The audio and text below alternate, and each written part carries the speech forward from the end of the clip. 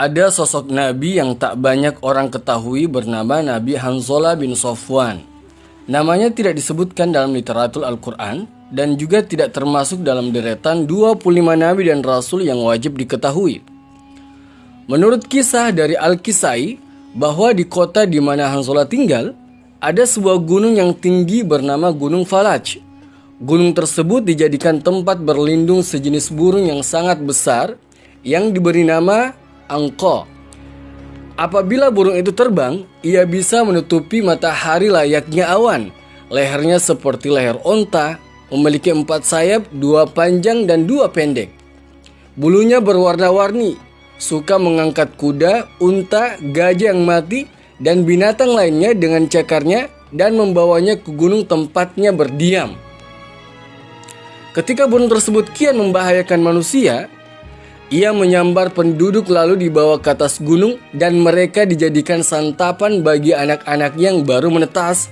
Maka penduduk kota tersebut mengadukannya kepada Hanzalah bin Safwan. Mendengar pengaduan tersebut, Hanzalah berdoa agar Allah membinasakan engkau. Dia berdoa, "Ya Allah, matikanlah binatang tersebut dan putuskanlah keturunannya."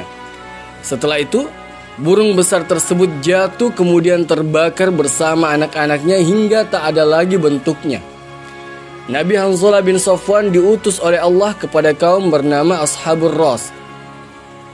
Dalam kitab Bada'iz Zuhur wa Aqaid Zuhur, karya Syekh Muhammad bin Ahmad Al-Hanafi, Imam Suddi mengatakan bahwa Ashabur Ras adalah sisa-sisa kaum Thamud, yaitu para pemilik sumur rusak dan istana yang dibangun.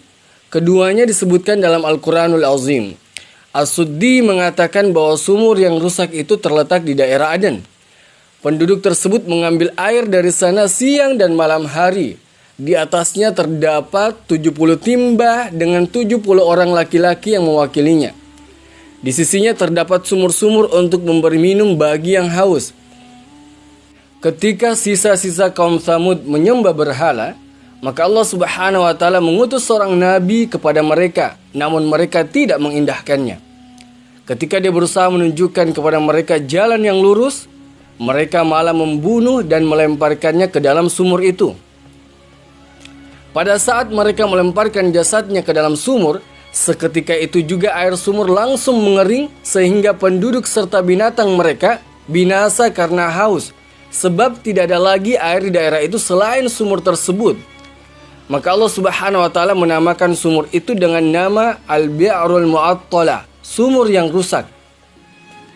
Dalam tafsir Ibnu Katsir, ia menuliskan bahwa menurut kisah dari Ibnu Hamid meriwayatkan dari Salama dari Muhammad bin Ishaq, ia meriwayatkan dari Muhammad bin Ka'ab, setelah Allah mengutus seorang nabi ke sebuah desa, mereka tidak ada satupun penduduknya mau beriman kecuali seorang budak berkulit hitam. Setelah Hanzalah memberikan dakwanya, maka penduduk desa geram dan mereka berencana untuk melemparkannya ke dalam sumur, kemudian menutupnya dengan batu besar. Mereka berhasil menangkap Hanzalah dan melemparkannya ke dalam sumur dengan harapan mati secara perlahan. Budak hitam itu melihat kejadian tersebut, hanya bisa menolong Hanzalah dengan cara memberinya makan, kemudian menutup kembali sumur tersebut. Kejadian ini ia lakukan setiap habis mencari kayu bakar di hutan. Pada suatu hari, budak hitam itu setelah mencari kayu bakar, ia merasakan lelah dan mengantuk, sehingga ia pun merebahkan diri untuk melepas lelah. Dalam kisah ini disebutkan ia tertidur selama 7 tahun lamanya, sehingga ia tidak sempat lagi memberi makan Hanzalah.